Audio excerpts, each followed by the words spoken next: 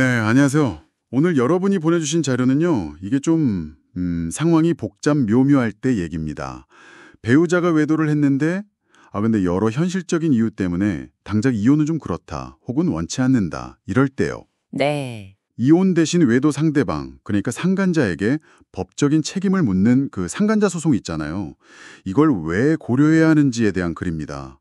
뭐 자녀 문제일 수도 있고, 경제적인 이유, 아니면 또 다른 신념 때문에 이혼이 꼭 답은 아닐 수 있죠. 맞습니다. 특히 재산이 대부분 본인 명의라거나 아니면 반대로 배우자 경제력에 좀 의존해야 하는 상황이면 더 고민이 깊어지죠. 그렇죠.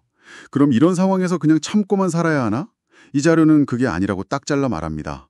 이혼은 안 하더라도 이 상간자 소송을 통해서 얻을 수 있는 실질적인 이점이 세 가지나 있다, 이렇게 강조하는데요. 한번 좀 파헤쳐 볼까요? 네, 아주 흥미로운 관점이에요.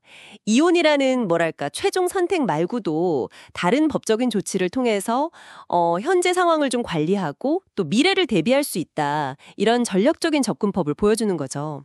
단순히 감정적으로만 대응하는 게 아니고요. 네네. 이 자료에서 제시하는 그 세 가지 이유, 그 의미를 하나씩 좀 짚어보겠습니다. 좋습니다.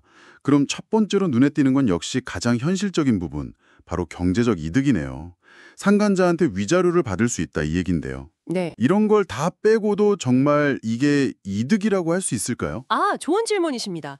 물론 그 비용 문제를 고려해야 하는 건 맞아요. 네. 근데 이 자료에서 강조하는 핵심은 그 위자료의 법적 성격에 있습니다. 법적 성격이요. 네. 법원에서는 이 위자료를 특유 재산으로 보거든요. 이게 왜 중요하냐면 혹시라도 나중에 이혼하게 될 경우에요.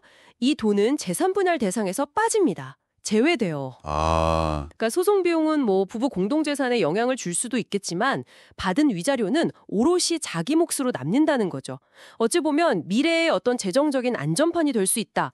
이런 시각인 겁니다. 아하, 단순히 얼마를 받느냐 그 액수 문제가 아니라 그 돈의 법적 지위가 더 중요하다, 이런 말씀이시군요. 흥미롭네요. 그럼 이 경제적인 부분 말고 또 다른 중요한 측면은 뭘까요? 자료에서는 그 외도한 배우자에게 유책 배우자라는 법적인 딱지, 이걸 붙이는 효과가 있다고 하던데요. 이게 그렇게 강력한가요? 네, 상당히 강력할 수 있습니다. 우리나라 이혼법이 기본적으로는 그 잘못을 저지른 배우자, 그러니까 유책 배우자는 이혼 소송을 제기하기 어렵게 만드는 유책주의 원칙을 따르고 있거든요. 네네.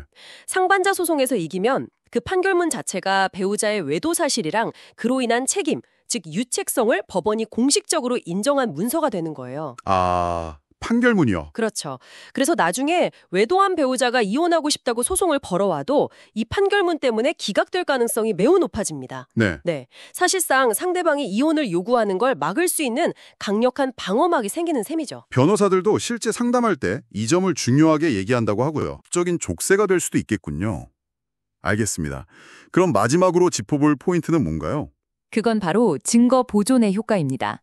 박제 효과라고도 하는데요. 증거 보존이요? 네, 외도 증거라는 게 아시다시피 시간이 지나면 좀 흐지부지 되거나 나중에 가서 그거 다 지난 일 아니냐 이런 식으로 취급받기 쉽잖아요. 맞아요. 그런데 상간자 소송 판결문은 법원이 땅땅땅 하고 인정한 확정된 사실이기 때문에 이게 10년이 지나도 그 증거로서의 효력이 아주 강력하게 유지됩니다.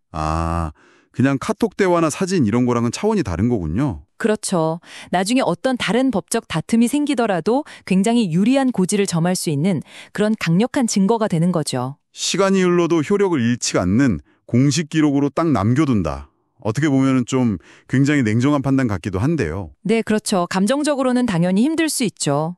근데 이 자료는 또 다른 측면도 지적하는데요. 그런 조치가 없으면 외도가 반복될 가능성이 있다는 경고도 같이 하고 있어요. 재발 방지 차원에서도요? 네.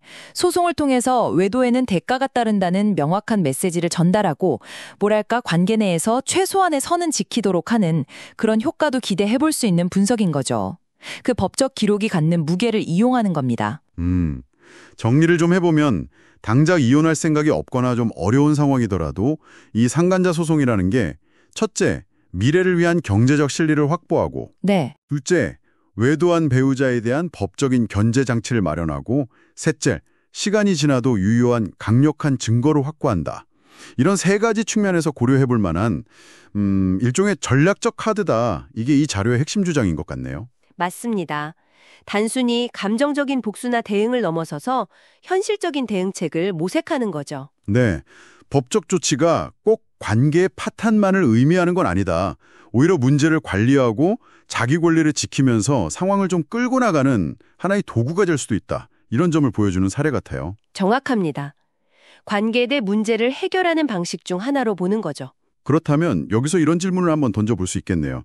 이 자료는 소송의 어떤 이점에 초점을 맞췄습니다만 만약 여러분의 궁극적인 목표가 관계 회복이라면 어떨까요? 이런 법적 조치 그리고 그 결과로 나온 그 판결문이라는 것이 장기적으로 관계 회복 과정, 특히 그 신뢰를 다시 쌓는 데 있어서 과연 어떤 영향을 미칠까요? 이게 오히려 더 큰 걸림돌이 될지 아니면 문제를 명확히 매듭짓는 계기가 될지 이 부분은 오늘 다룬 내용에는 없었지만 여러분 각자의 상황과 또 가치관에 따라서 한번 깊이 고민해 볼 지점인 것 같습니다.